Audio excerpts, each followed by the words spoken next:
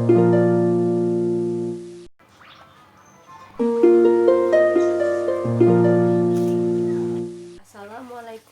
warahmatullahi wabarakatuh. Ibu-ibu semua, apa kabar? Sehat? Alhamdulillah. Ya, ibu-ibu, hari ini kita kembali berkumpul ya untuk melaksanakan kegiatan rutin kita P2K2 ya, pertemuan peningkatan kemampuan keluarga. Baik ibu-ibu, hari ini kita melanjutkan modul 5 tentang KESOS ya, kesejahteraan sosial. Bulan kemarin kita bahas tentang pelayanan penyandang disabilitas berat ya. Nah, bulan ini kita bahas tentang pentingnya kesejahteraan lansia. Baik, sebelum kita mulai acara kita seperti biasa kita berdoa dulu ya. Berdoa, saya pimpin berdoa, dimulai.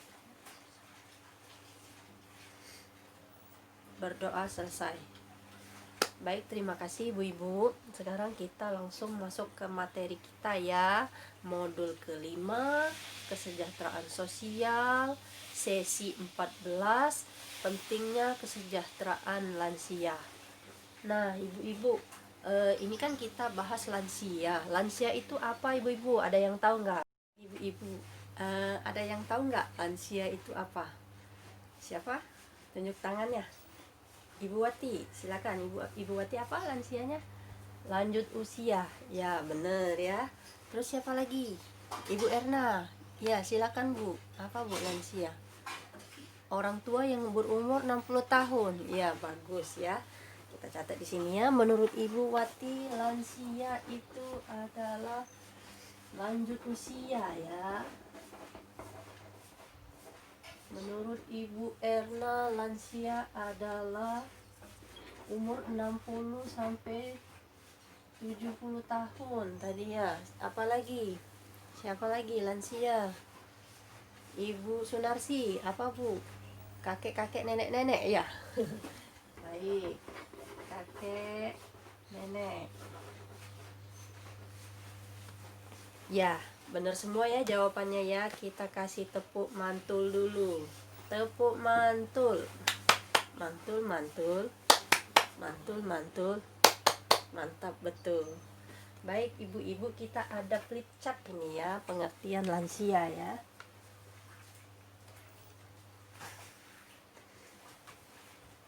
Lansia itu menurut Undang-Undang Nomor 13 Tahun 98 Pasal 1, lansia adalah seseorang yang telah mencapai usia di atas 60 tahun. Catatan, lansia yang mendapatkan bantuan PKH itu yang di atas umur 70 tahun ya ibu-ibu ya. Ayat ketiga, lansia potensial adalah lansia yang masih mampu melakukan pekerjaan atau kegiatan yang dapat menghasilkan barang atau jasa ya. Yang keempat, ayat keempat maksudnya ya. Lansia tidak potensial adalah lansia yang tidak berdaya mencari nafkah sehingga hidupnya bergantung pada orang lain. Nah, lansia itu ada 4 pengelompokan umurnya ya Ibu ya, usianya ya. Yang pertama, usia pertengahan itu 45 sampai 59 tahun. Usia lanjut usia itu 60 sampai 74. Lansia tua itu 75 sampai 90 tahun. Lansia sangat tua itu di atas 90 tahun ya ibu-ibu. Baik ibu-ibu, di rumahnya ada siapa aja coba? Coba Ibu Ami, siapa aja yang ada di rumahnya? Sebutkan. Ya, ibu, ada anak ibu ya, kakek, ada nenek, orang tua ibu ya, maksudnya ya. Sama siapa? Ada adik ibu. Oke. Terus kalau Ibu Wati, siapa saja yang ada di rumah? Ada anak 2 orang, ada orang tua. Umur orang tuanya berapa ibu? 70 tahun. Ya, terus siapa lagi? Suami. Oh ya, suami ya. Terus Ibu Amina, ada siapa aja di rumahnya Bu? Ada ibu, orang tua ibu ya, umurnya berapa? Umur 75. Wah, udah tua ya, kakek nenek udah ya. Terus siapa lagi? Ada keponakan ya. ada siapa lagi? Anak, ada suami juga. Itu ya ibu-ibu ya, yang orang tua yang ada di rumah tadi, seperti yang di atas umur 60, 70, itulah yang disebut lansia ya ibu-ibu ya. Menurut ibu-ibu, lansia itu biasanya di mana aja tempatnya? Ibu Ami, ya silakan Ibu Ami. Di mana? Di rumah ya, di rumah ibu. Terus ya di mana lagi Bu? Ada lagi nggak tempat selain di rumah? Di panti jompo ya. Iya ya ibu-ibu ya. Jadi ibu-ibu, secara umum lansia itu adalah seseorang yang telah mencapai di usia di atas 60 tahun ya ibu-ibu ya. Ada lansia yang masih produktif, yang masih bisa melakukan pekerjaan. Ada juga yang lansia tidak berdaya ya, hidupnya tidak bisa ngapa-ngapain lagi, untuk memenuhi kebutuhannya dia bergantung pada orang lain ya. Tadi tempat dimana biasanya ada lansia itu di rumah ya, sama yang kedua itu di panti ya, panti lansia ya, panti jompo ya ibu-ibu ya. Nah, menurut ibu-ibu, kenapa kita harus memperhatikan kesejahteraan hidup lansia? Ada yang bisa jawab nggak? Ya, silakan Ibu Aminah, silakan. Karena lansia itu cerminan kita di masa yang akan datang. Wah, hebat ya. Tepuk salut dulu ya untuk Ibu Aminah. Tepuk salut. Salut, salut. Salut, salut. Salut. Ya, benar sekali ya kata Ibu Aminah tadi ya.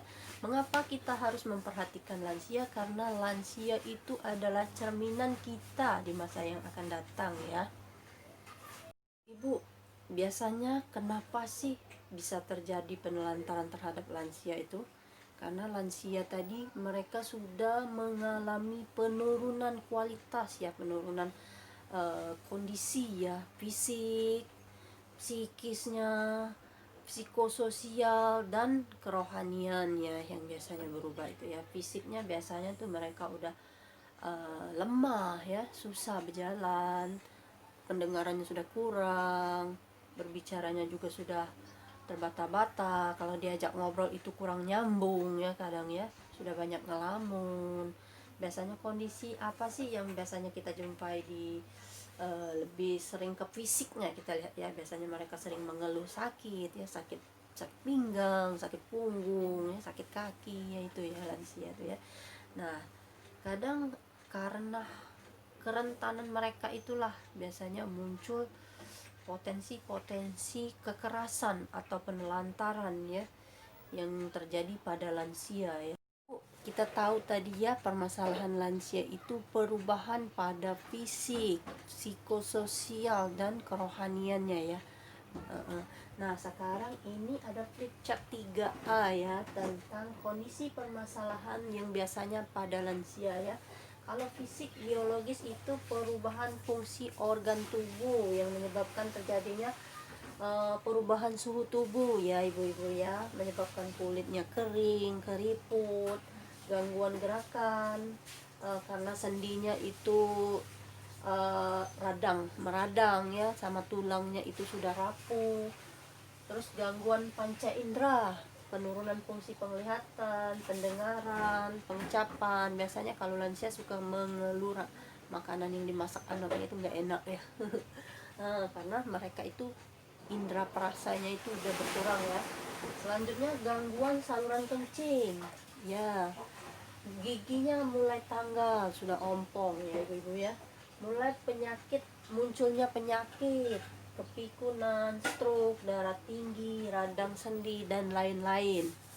Nah, selain yang fisik tadi ada juga kondisi permasalahan lansia yang lain ya, psikososial itu depresi, mereka sering merasa cemas ya, kesepian, terus takut mati ya ibu-ibu ya, takut penyakit, takut mati ya.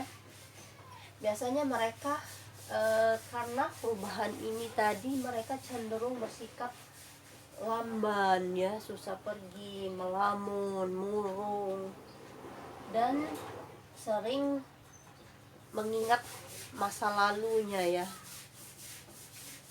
hubungan dengan tetangga, dengan lingkungannya juga kadang kurang baik ya, karena masalah-masalah itu tadi.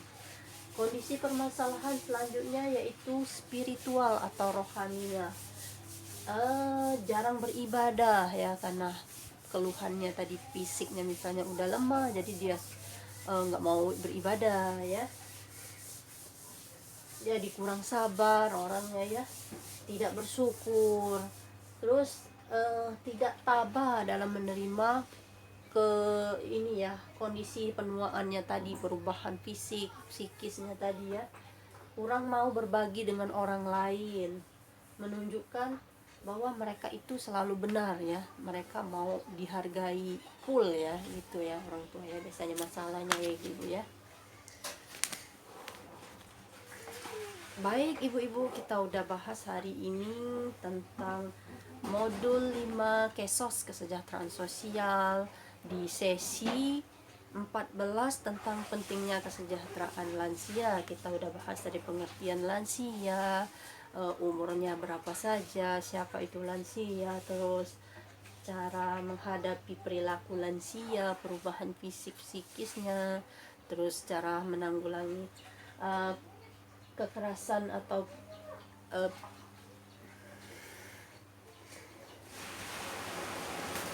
cara menghadapi kondisi permasalahan dalam lanjut usia, prinsip melayani lansia, yaitu tadi ya ibu-ibu ya. Saya rasa udah cukup hari ini ibu-ibu pertemuan kita. Jangan lupa ya ibu-ibu ya, kalau bukan kita siapa lagi yang bisa memperhatikan lansia ya. Jadi peran aktif dari keluarga inti, terus pemerintah ya, sama masyarakat juga itu penting ya. Pemerintah kita udah peduli ya dengan lansia, dengan memberikan bantuan lansia ya, menyiapkan panti jompo itu ya ibu-ibu ya.